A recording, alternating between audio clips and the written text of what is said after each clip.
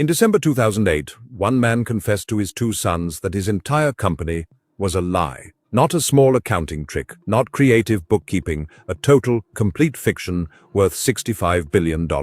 Within hours, his own sons turned him in to the FBI. This is the story of how a former beach lifeguard built the most sophisticated Ponzi scheme in human history, and why banks, celebrities, and regulators believed him for almost 40 years. Alongside his legitimate business, Madoff ran a separate wealth management division. That's where the fraud was born. A Ponzi scheme works on a simple principle. Money from new investors pays off earlier investors, creating the illusion of profit. There's no real trading, no real growth, just a carousel that has to keep spinning forever. But Madoff did something smarter than a typical pyramid scheme. He didn't promise outrageous returns of 50 or 100% a year like most fraudsters. That draws too much attention. Instead, he offered steady returns of 10 to 12% annually, year after year, whether the market was up or down. That consistency became the biggest red flag, and at the same time, the biggest lure. No real investment portfolio can produce numbers that smooth year after year, but most investors didn't see a warning sign. They saw genius. Madoff used a psychological trick sociologists call affinity fraud,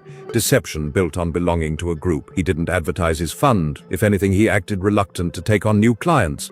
He moved through Jewish country clubs in Palm Beach and New York, played golf with powerful people, donated to charity. Getting access to the Madoff fund felt like a privilege, a sign you belonged to an elite circle. His victims included Hollywood celebrities, major charitable foundations, global banks, and thousands of ordinary retirees who trusted him with everything they had. People weren't just investing money, they were trusting him with their old age. The most stunning part of this story isn't that Madoff deceived people for decades. It's that he was almost caught multiple times, and no one dug deeper. Financial analyst Harry Markopoulos sent the Securities and Exchange Commission a detailed mathematical analysis back in 1999, proving that Madoff's returns were statistically impossible. He filed complaints 4 separate times over 9 years. The SEC investigated, but every time the review was either superficial or inconclusive, partly because Madoff's reputation as a former NASDAQ chairman made the very idea of fraud seem unthinkable to regulators. It's a classic trap. The more respected someone appears, the less they get scrutinized.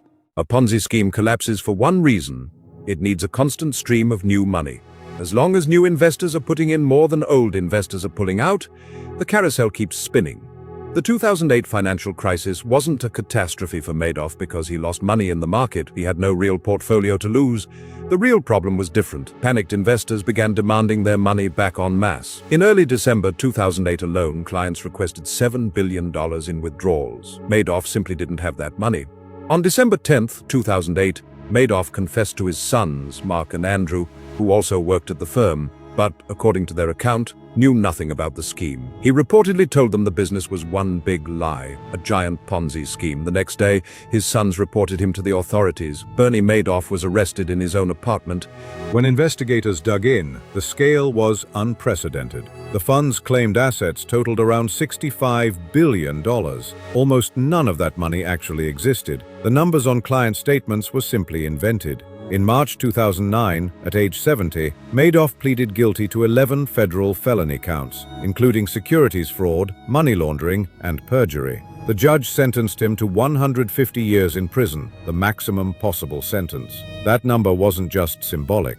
The judge stated outright that Madoff's crime was extraordinarily evil. The fallout went far beyond financial losses. Madoff's son Mark took his own life exactly 2 years after his father's arrest. On the anniversary of his confession, thousands of retirees lost their life savings overnight. Charitable foundations that had helped real people were forced to shut down for good. Madoff himself died in prison in April 2021, never having walked free again. But what makes this story truly important isn't the fraud itself, it's what it teaches us. Madoff's scheme ran for nearly 40 years, not because he was a technical genius. It worked because it exploited a fundamental human weakness. We rarely question what we want to believe, especially when people we respect believe it too. If a return looks too stable to be true, it probably is.